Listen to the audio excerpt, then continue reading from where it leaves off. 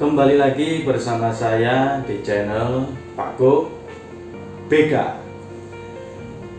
Kali ini saya akan melanjutkan informasi mengenai materi yang sudah saya berikan, ya, materi yang mengenai profesi, ya. Jadi mengenai definisi yang lalu itu mengenai di part pertama itu mengenai definisi dari profesi. Nah, dengan topik atau tema yaitu memilih profesi dengan cara smart. Nah, kita lanjutkan di part yang kedua ini, ya.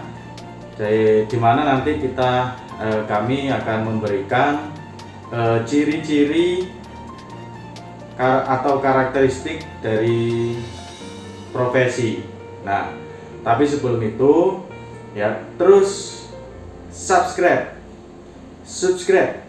Nah, kemudian like, share di channel Pakku BK untuk perkembangan channel kami. Nah, bagi kalian atau Anda semua yang baru menonton di part 2 ini, sempatkan kalian untuk mengikuti di part yang pertama, ya. Biar nanti biar runtut urutannya itu nanti biar jelas. Nah, sekarang saya lanjutkan ke materi. Ciri-ciri atau karakteristik suatu profesi sebagai berikut. Yang pertama, keterampilan yang berdasar pada pengetahuan teoretis. Profesional diasumsikan mempunyai pengetahuan teoretis, ya, yang ekstensif dan memiliki keterampilan yang berdasar pada pengetahuan tersebut. Kemudian ciri yang kedua yaitu asosiasi profesional. Profesi biasanya memiliki badan yang diorganisasi oleh para anggotanya yang dimaksudkan untuk meningkatkan status para anggotanya.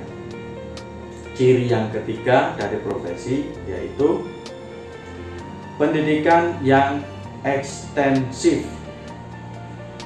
Profesi yang prestisius biasanya memerlukan pendidikan yang lama dan jenjang pendidikan yang tinggi.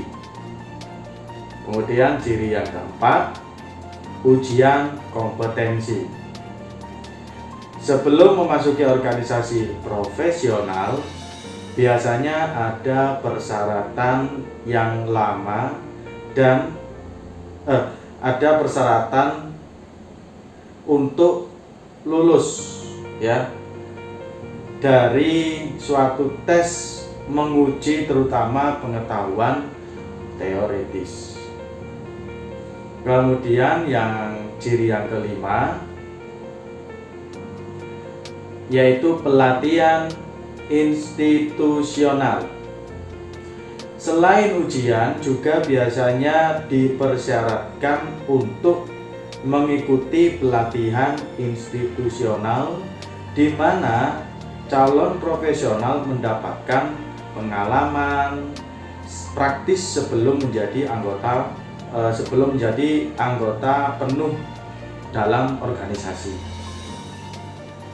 Kemudian ciri yang keenam yaitu lisensi. Profesi menetapkan syarat pendaftaran dan proses sertifikasi sehingga hanya mereka yang memiliki lisensi bisa dianggap dan bisa dipercaya. Kemudian yang ke-7, otonomi kerja. Profesional cenderung mengendalikan kerja dan pengetahuan teoritis pengetahuan teoritis mereka agar terhindar adanya intervensi dari luar. Ciri yang ke-8 yaitu kode etik. Organisasi profesi biasanya memiliki kode etik bagi para anggotanya dan prosedur pendisiplinan bagi yang melanggar aturan. Yang ke-9, ciri dari profesi yaitu mengatur diri. Organisasi profesi harus bisa mengatur organisasinya sendiri tanpa campur tangan pemerintah. Profesional diatur oleh mereka yang lebih senior, praktisi yang dihormati. Ciri yang ke-10 dari profesi yaitu layanan publik dan altruisme. Diperolehnya penghasilan dari kerja profesinya dapat dipertahankan selama berkaitan dengan kebutuhan publik, seperti layanan dokter, kemudian layanan dokter yang berkontribusi ya pada kesehatan masyarakat. Kemudian yang terakhir, ciri yang ke-11 dari profesi yaitu status dan imbalan yang tinggi. Profesi yang sukses akan meraih status yang tinggi, prestis dan imbalan yang layak bagi para anggotanya. Hal tersebut bisa dianggap sebagai pengakuan terhadap layanan yang mereka berikan kepada masyarakat. Nah, ada 11 ciri dari profesi yang pastinya nanti bisa Anda pahami ya, bahwasanya profesi itu ciri-cirinya ada di situ. Kemudian apa yang dimaksud dengan SMART?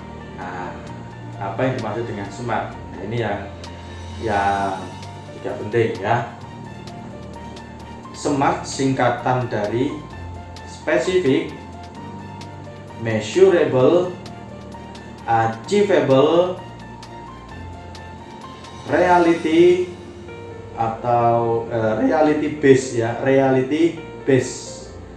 Kemudian terakhir time based.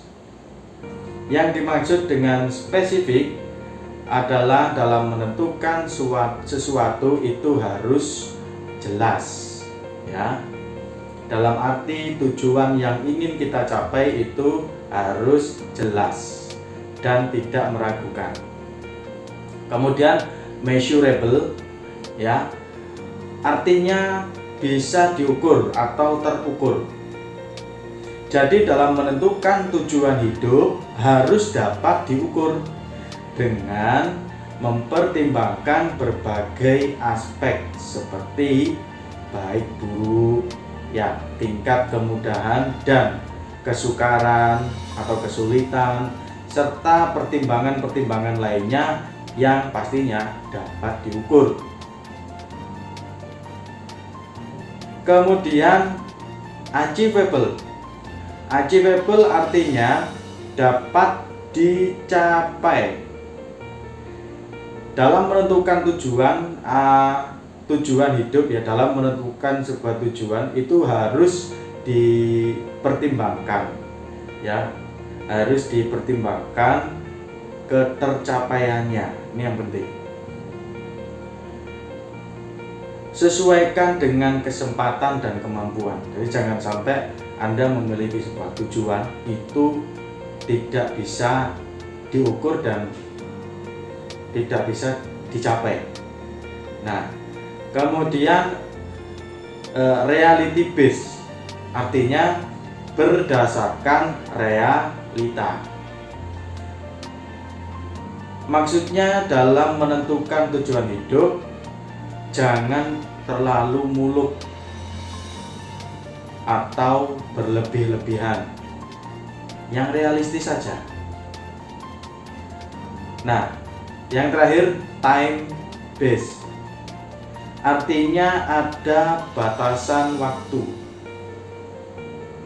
Maksudnya dalam menentukan tujuan hidup harus menentukan batasan-batasan waktu kapan tujuan ingin dicapai, karena memang dengan adanya target waktu akan membuat seseorang lebih bersungguh-sungguh untuk bisa mencapai tujuan atau cita-citanya. Nah, itulah yang dimaksud dengan kata SMART. Nah, untuk pertemuan kali ini kita batasi di ciri-ciri dari profesi dan pengertian atau maksud dari kata SMART.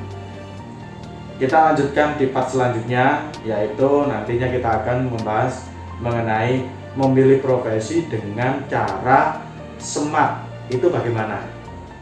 Terus nantikan dan share, subscribe. Mudah-mudahan yang subscribe sahabat Pak BK ini bisa menjadi orang yang lebih sukses, rezekinya banyak. Mudah-mudahan apa yang saya sampaikan bisa bermanfaat untuk Anda semua. Kurang lebihnya saya mohon maaf yang sebesar-besarnya. Ihdinas siratal mustaqim, wallahu muwaffiq ila aqwamit thoriq. Wassalamualaikum warahmatullahi wabarakatuh. Salam Pak BK.